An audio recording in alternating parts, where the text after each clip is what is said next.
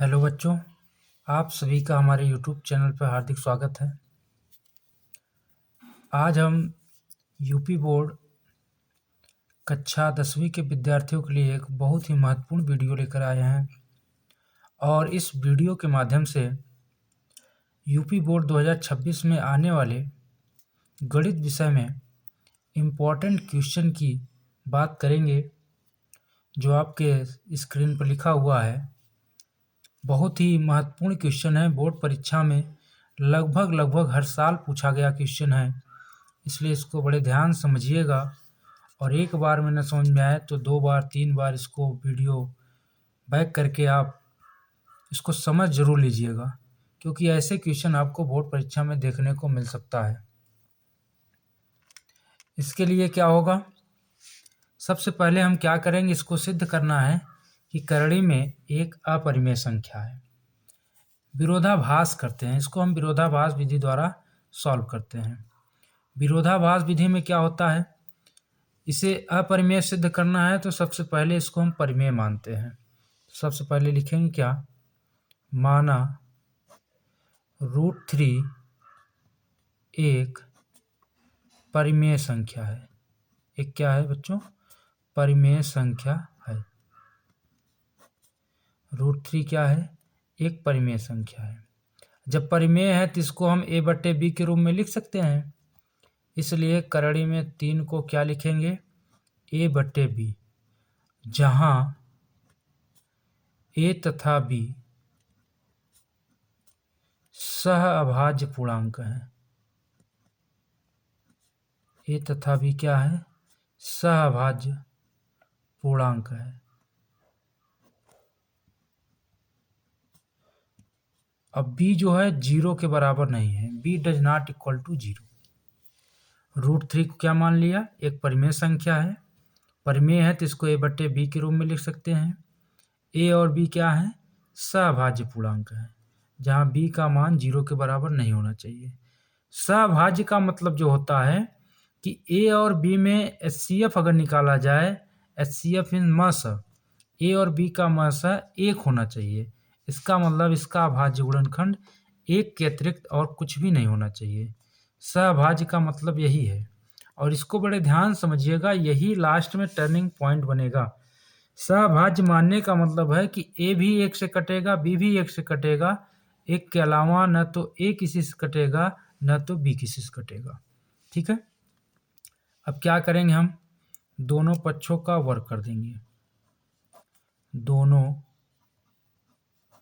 पक्षों का वर्ग करने पर, जब दोनों पक्षों का वर्ग करेंगे तो वर्ग करने पर क्या होगा, ये करड़ी में 3 का भी स्क्वायर हो जाएगा और उधर a/b का भी स्क्वायर हो जाएगा। इसका स्क्वायर 3 होगा और उधर का स्क्वायर a² में क्या आ जाएगा, b²। अब तिर्यक गुणा कर दें, तिर्यक गुणा करेंगे तो क्या आएगा, a² = आएगा 3b²।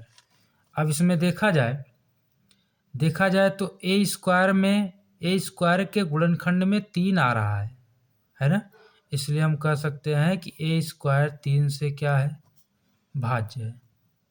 और एक प्रमेय आप लोगों को पढ़ाया गया है, आप एक्सरसाइज करते समय, इस चैप्टर को पढ़ते समय पढ़े होंगे कि अगर p² q से भाज्य है तो p भी किससे भाज्य होता है, q से भाज्य होता है। इसी प्रकार अगर a² 3 से भाज्य है तो इसलिए a भी क्या होगा, a 3 से भाज्य होगा, a 3 से भाज्य है।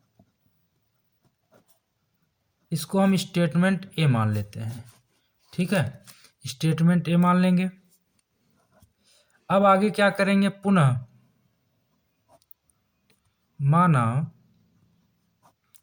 a = 3c, जहां c कोई पूर्णांक है, c कोई क्या है, पूर्णांक,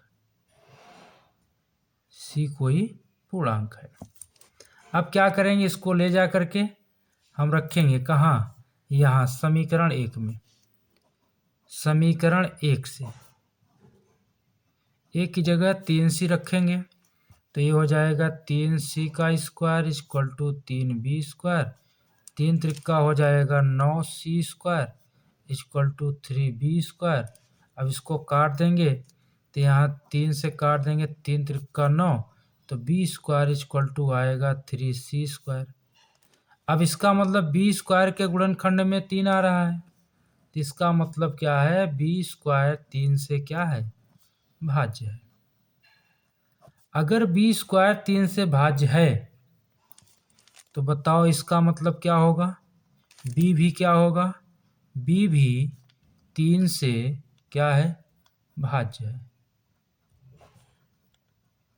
ठीक है, इसको मान लेंगे स्टेटमेंट बी। अब अगर देखा जाए कथन ए तथा बी से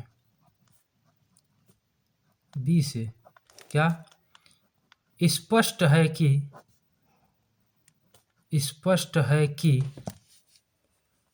3 ए तथा बी का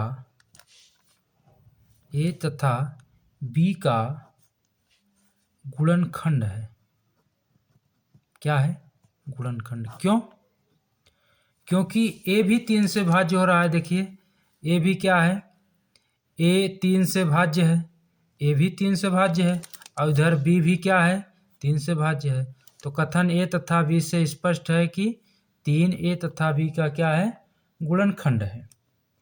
अब इसका मतलब ये गुणनखंड है, जबकि हमने माना क्या था, जबकि हमने प्रारंभ में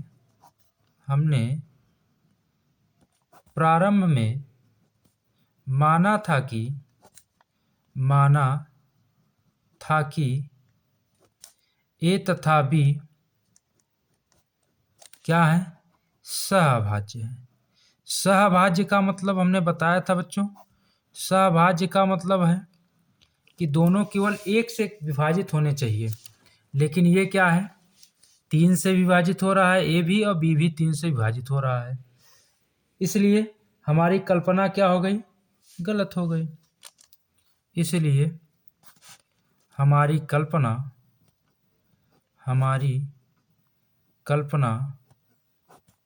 गलत हुई। जब हमारी कल्पना गलत हो गई तो इसका मतलब करणी में 3 परिमेय संख्या नहीं है। जब करणी में 3 परिमेय संख्या नहीं है तो ये अंत में हमें मजबूरी में मानना पड़ेगा, अतः करणी में 3 एक क्या है, अपरिमेय संख्या है।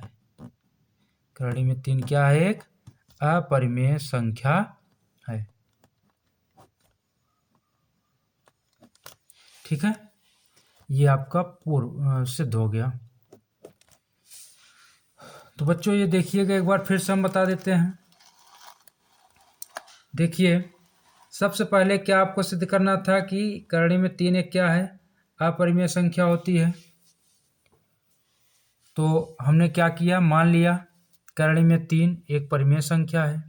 फिर परिमेय है तो इसको ए बट्टे बी के रूप में लिख सकते हैं, जहाँ ए और बी क्या है, सहभाज्य पूर्णांक है और बी का मान 0 के बराबर नहीं होना चाहिए। दोनों पक्षों का वर्ग कर दिया, करणी में 3 का वर्ग 3 आया, ए स्क्वायर बाई बी स्क्वायर। तिर्यक गुणा कर दिया तो ए स्क्वायर बराबर 3b स्क्वायर हो जाएगा। इसके बाद क्या होगा, अब ए स्क्वायर 3 से भाज्य है, क्योंकि ए स्क्वायर के गुणनखंड में देखो 3 आ रहा है ना भाई, ये बी स्क्वायर गुणा में है, ए स्क्वायर जो है 3 से कट जा रहा है। और प्रमेय हम जानते हैं, अगर ये ए स्क्वायर 3 से भाज्य है तो ए भी किससे होगा, 3 से भाज्य होगा। अब ये बराबर हमने 3c मान लिया, जिससे भाज्य होगा 3c मान लेंगे, जहाँ c कोई पूर्णांक है। अब समीकरण 1 से ए की जगह हमने 3c रख दिया, ये समीकरण 1 है, रख करके हल कर लिया तो यहाँ बी स्क्वायर बराबर 3c स्क्वायर आ गया। इसका मतलब बी स्क्वायर 3 से भाज्य है तो बी भी 3 से भाज्य है।